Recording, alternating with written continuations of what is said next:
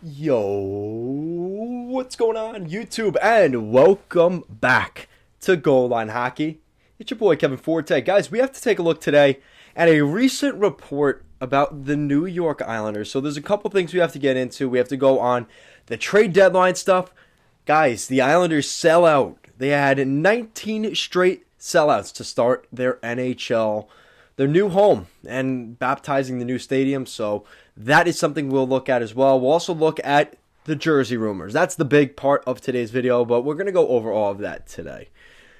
So the first report here is the Islanders, since their game against the Minnesota Wild in February, their first 19 games at home, they had 19 straight sellout crowds to the new UBS Arena for the Islanders' new arena. Guys, I've already been there twice. I can tell you it is a different animal. Now, getting in there is not the most fun, obviously, but this is worth it. This team has really needed a home arena, and I say that not as a slight at Nassau Coliseum, who just celebrated their 50th birthday last week since they opened, but let's be honest, this is a different beast here at UBS Arena.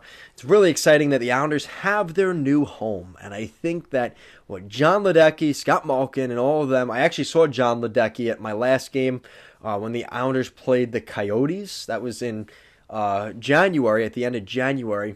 So, I mean, you could just tell how much he cares about this community, how much he cares about the Islanders fans.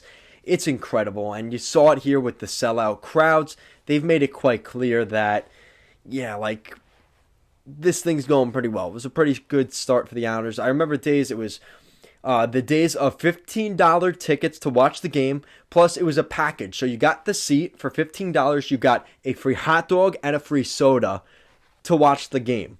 You cannot get that now. Obviously, inflation with that, but man, those days are long over for the Islanders. The Islanders are a legit franchise, taken seriously, making the playoffs. They were projected to do better than they have this year. I'm going to have to do a video on that soon because the Islanders, I think, things don't look so good for the boys this year. But definitely, in terms of the future prospects of this team as an organization, not just the on-ice team, there is definitely some stability there.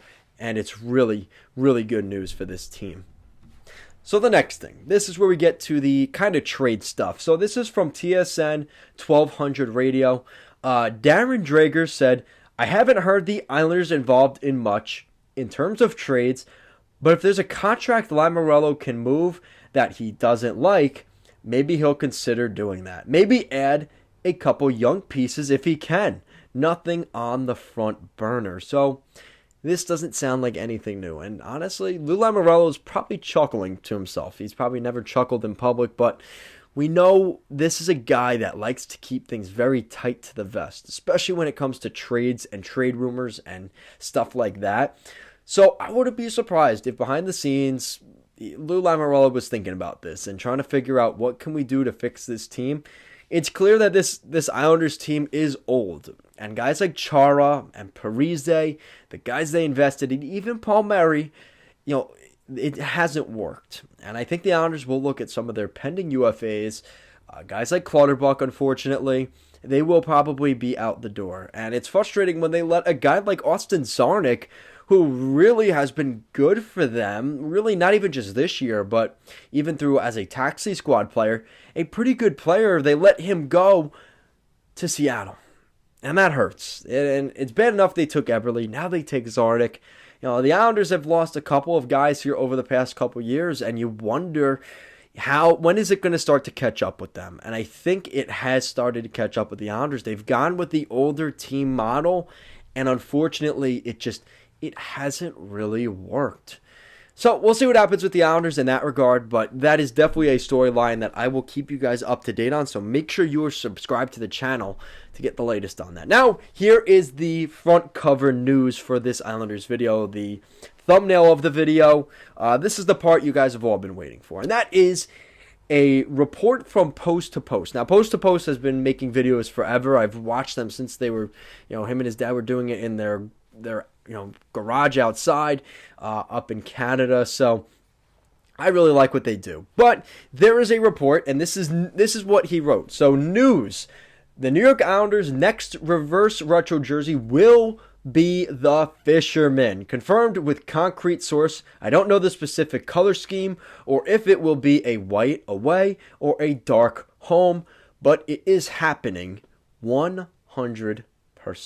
Now, obviously, everybody freaked out. He actually posted the thing from The Office where he's like, everybody calm down, everybody calm down. That meme that everybody uses, which I think is funny. But still, I've never even really watched the show, but I know that part.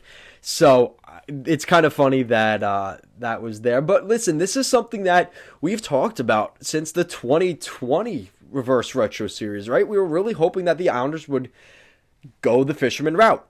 And they didn't. They went very basic. And I love the jersey. I ended up buying it, but I was so disappointed and scorned at the time of the release that I didn't buy it right away. The Islander jersey was not bought early. I actually got that for $90 from some Canadian, I think it's like hockey outlet or something like that. You guys asked me where I get my jerseys. I'm going to have to do that again this summer.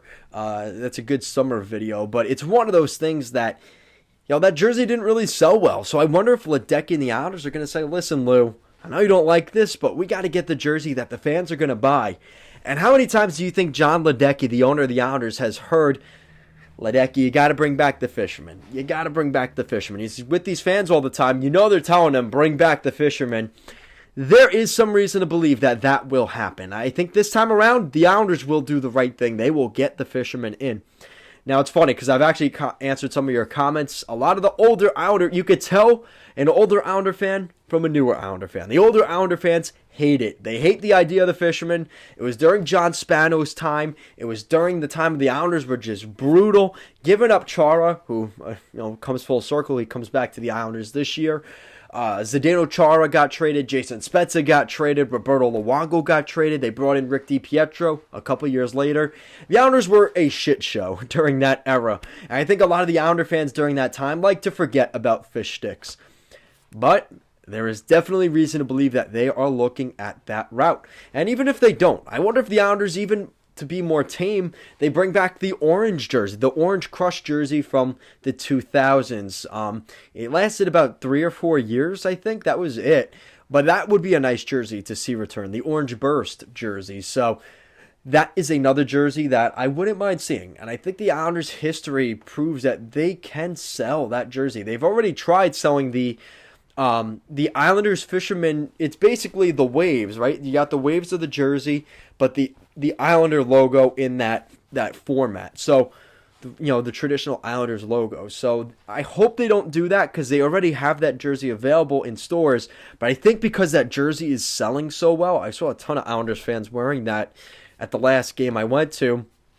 That is definitely going to be, that is like we're dipping our feet in the water. We're going to see how these sales go. And if it goes well, we're going to have to give them what they want. We have to go full on Fisherman. With the lighthouse patch, guys, Fisherman logo, shoulder patch, Islanders patch this side. You got me. I'll pay $200 for it. Give it to me right now. Right? So they have to go that route. You have to go all in. You can't kind of do it the weird way. They could even try and do it with the Islanders colors, right? You do the Islanders modern blue color instead of the teal. You could really figure out a weird way of doing this, but that is something that will definitely be on the table for the Islanders. Maybe they even go full orange, or they switch the teal and the orange, turn that to the main color. They could do something pretty interesting with this, but again, we'll see what happens. So guys, as always, let me know in the comments down below. What would you like to see the Islanders do? And if you like what we're doing here at Goal Line Hockey, you want to see the latest news around the NHL and more videos just like this one, you guys know what to do. Make sure to give this video a big thumbs up and an even bigger subscribe down below. Guys, make sure to check out our Instagram at goalline_hockey. We post every day. We post the schedule for that night's game. So if you want to know what games are on tonight, check out our Goal Line Hockey account on Instagram because we're posting that every single day. Guys, thank you so much for watching, and I will see you again next time.